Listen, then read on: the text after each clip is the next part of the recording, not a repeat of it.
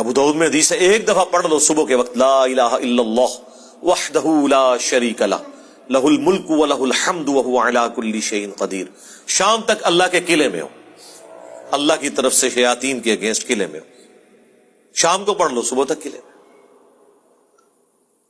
ابو داؤد ترمذی میں ہے کہ جو شخص صبح اور شام تین دفعہ آخری 3 سورتیں پڑھ لیتا ہے، ہر چیز سے اسے کفایت کر جائیں گی. بخاری مسلم میں حدیث ہے جو رات کو سونے سے پہلے سورۃ البقرہ کی آخری 2 آیات ایک دفعہ بس پڑھ لے، جو کچھ مانگا مل جائے گا اور ہر چیز سے اسے کافی ہو جائے گی. مسلم شریف میں حدیث ہے کہ سبحان اللہ والحمد للہ ولا الہ الا اللہ واللہ اکبر پڑھنا، رسول اللہ فرماتے ہیں مجھے ہر اس چیز سے بڑھ کر محبوب ہے جس پہ سورج طلوع ہوتا ہے. دنیا اور دنیا کی ہر چیز سے بڑھ کر یہ پسندیدہ ترین کلمات ہیں جو ہم فرض نماز کے بعد بھی پڑھتے ہیں. تو یہ اللہ تعالیٰ کے کلمات ہیں، ان کے ذریعے اللہ کی طرف متوجہ ہوں، اللہ تعالیٰ دعا قبول کرتا ہے. وہ ترمذی میں حدیث ہے ایک شخص آیا، اس نے نماز پڑھی، پھر تیزی سے دعا شروع کر دی. آپ نے فرمایا سائل نے جلدی کی. ایک دوسرا شخص آیا، اس نے پہلے اللہ کی حمد بیان کی، پھر دروشی پڑھا، پھر دعا مانگی.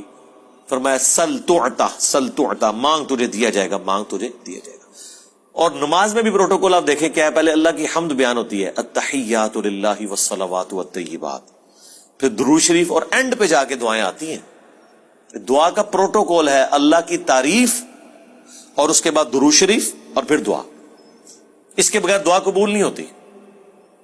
اور جس نے تیزی سے دعا کی تھی نا، ترمذی میں حدیث ہے، پھر حضور نے اسے بلایا اور سمجھایا کہ پہلے اللہ کی حمد بیان کرو، پھر مجھ پر درود شریف پڑھو، پھر اللہ کی طرف متوجہ ہو، اللہ دعا قبول کرے گا.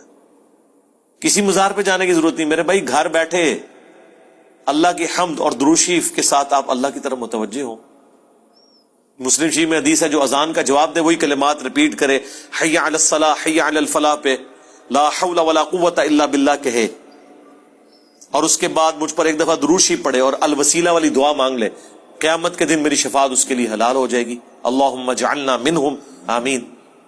کتنے پیارے پیاری چیزیں ہیں جو نبی علیہ السلام نے تعلیم فرمائی ہے. ہم نے اس لیے سنت اذکار کارڈ لکھے میرے بھائی، یہ میری سالوں کی محنت ہے جو میں نے ایفرٹ پٹ کر کے اس چیپٹر کو کلوز کر دیا. Green card, blue card, orange card. میں بالکل خبتیوں کی طرح 2008 سے لے کے سمجھ لیں 2010 تک میں نے کوئی حدیث کی کتاب کا چیپٹر نہیں چھوڑا جس میں میں اللہ کے نبی کے وظائف کو تلاش نہ کروں صلی اللہ علیہ وآلہ وسلم. پھر حدیثوں کی صحت کے پیچھے، پھر جتنے علماء نے اذکار کی کتابیں لکھی وہ، پھر اذکار کارڈ جو چھپے تھے، اس کے بعد میں نے ایک انٹلیکچوئل ترتیب کے ساتھ یہ اذکار کارڈ لکھے، آخرت کا بلو کارڈ اور گرین کارڈ. ہماری ویب سائٹ پہ رکھے ہیں، ڈاؤن لوڈ کریں تو اس کو پڑھیں، ان کے ترجمے بھی ساتھ لکھیں تاکہ آپ کو سوز و گداز فیل ہو. صرف عربی پڑھنے سے تو نہیں آپ کو پتہ چلے گا اگر آپ کو پتہ ہی نہ ہو کہ اس کا مطلب کیا ہے. حسبنا اللہ و نعم الوکیل. بخاری کی حدیث ہے، ابن عباس کہتے ہیں کہ تمہارے جد امجد ابراہیم کو جب آگ میں پھینکنے لگے تھے تو وہ پکار اٹھے تھے حسبنا اللہ و نعم الوکیل. اور تمہارے نبی پہ بھی جب مصیبت آتی تھی وہ کہتے تھے حسبنا اللہ و نعم الوکیل. اور اس کا ذکر تو قرآن میں ہے سورہ آل عمران کے اندر کہ جب اہل ایمان کو خبر پہنچی کہ کافر ان کے خلاف سازشیں کر رہے ہیں تو اہل ایمان پکار اٹھے حسبنا اللہ و نعم الوکیل. ہم نے اللہ ہی پر بھروسہ کیا، وہی بہتر کارساز ہے. اب یہ جب آپ کا کنسپٹ ہوگا تو یہ اللہ کے صفاتی ناموں کے ساتھ آپ متوجہ ہو رہے ہیں. باقی تو اللہ کے کلمات تو ختم ہی نہیں ہونے. سورہ لقمان میں، سورہ بنی اسرائیل، سورۃ الکہف میں اللہ تعالیٰ کیا فرما رہا ہے کہ اگر زمین سارے کے سارے درخت جو کلمے بن جائیں اور سمندر سیاہی بن جائیں اور 7 سمندر اور بھی ساتھ مل جائیں، اللہ کے کلمات نہیں ختم ہوں گے.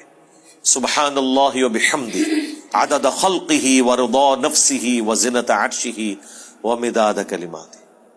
بخاری میں حدیث ہے اللہ تعالیٰ کے 99 نام ہے، جو ان کو لے لے گا تو اس پہ جنت واجب ہو جائے گی. لینے سے مراد یہ نہیں ہے کہ وہ ان کی صرف تسبیح کھینچتا رہے گا، مراد یہ کہ وہ اللہ تعالیٰ کو سیریس لے گا.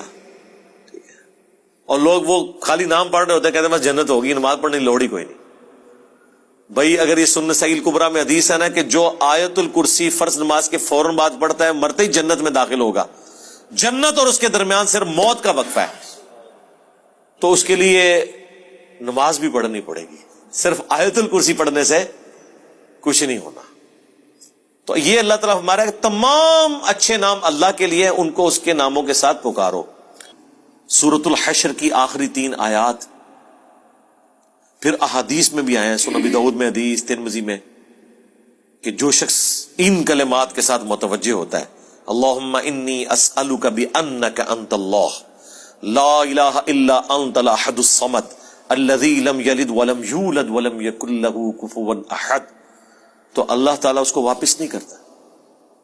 ترمذی میں آیا لا الہ الا انت سبحانک انی کنت من الظالمین، اللہ واپس نہیں کرتا. بخاری مسلم میں آیا لا حول ولا قوت الا باللہ، اللہ کے جنت کے خزانوں میں سے ایک خزانہ ہے.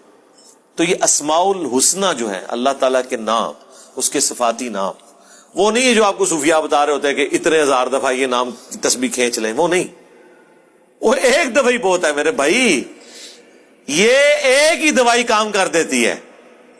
زیادہ تر 3 دفعہ دعائیں آئی ہوئی ہیں، 7 دفعہ آئی ہوئی ہیں، 10 دفعہ آئی ہیں، اس سے زیادہ نہیں، سوائے تسبیحات کے جو 33 دفعہ ہیں یا 100 دفعہ ہیں. دعائیں تو آپ کو آیت الکرسی ایک ہی دفعہ پڑھنی ہے فرض نماز کے بعد.